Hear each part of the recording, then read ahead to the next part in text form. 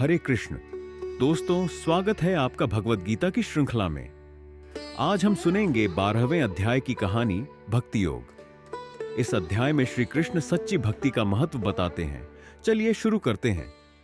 एक दिन अर्जुन ने श्री कृष्ण से पूछा, हे कृष्ण, सच्ची भक्ति का क्या अर्थ है और इसे कैसे प्राप्त किया जा सकता है?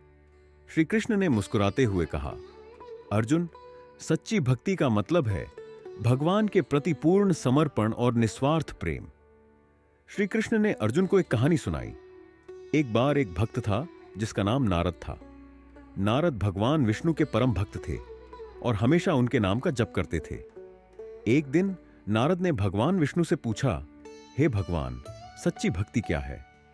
भगवान विष्णु ने मुस्कुराते हुए कहा, नारद, सच्ची भक्ति वही है जब तुम अपने सभी कार्यों को भगवान की सेवा के रूप में करते हो और उनके प्रति पूर्ण समर्पण करते हो।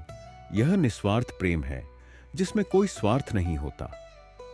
श्री कृष्ण ने अर्जुन को बताया कि सच्ची भक्ति का मतलब है भगवान के प्रति पूर्ण समर्पण और निस्वार्थ प्रेम। उन्होंने कहा, अर्जुन, भक्ति योग का मतलब है भगवान के प्रति निस्वार्थ प्रेम और समर्पण। जब हम इस सच्चाई को समझते हैं तो हमें आत्मिक शांति और मोक्ष की प्राप्ति होती है। अर्जुन ने यह समझा कि सच्ची भक्ति का मतलब है भगवान के प्रति निस्वार्थ प्रेम और समर्पण। उन्होंने कहा, हे कृष्ण, मुझे समझ में आ रहा है कि सच्ची भक्ति भगवान के प्रति निस्वार्थ प्रेम और समर्पण है और इसे प्राप्त करने के लिए हमें अपने सभी कार्यों को भगवान की सेवा के रूप में करना चाहिए। श्री कृष्ण ने कहा, भक्ति योग का मतलब है भगवान के प्रति निस्वार्थ प्रेम और समर्पण।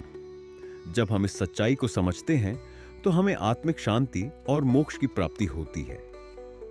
उन्होंने अर्जुन को यह भी सिखाया कि भक्ति योग का अभ्यास करने से हम अपने जीवन को सही दिशा में ले जा सकते हैं। उन्होंने कहा, हमें भगवान के प्रति निस्वार्थ प्रेम और समर्पण करना चाहिए और उनके नाम का जप करना चाहिए। इससे हमें मानसिक और आत्मिक शांति प्राप्त होगी। अर्जुन ने यह निर्णय लिया कि वह भक्ति योग को अपनाएगा और भगवान के प्रति निस्वार्थ प्रेम और समर्पण करेगा। उसने यह भी सीखा कि सच्चे भक्ति योग से ही हमें मानसिक और आत्मिक शांति प्राप्त होती है।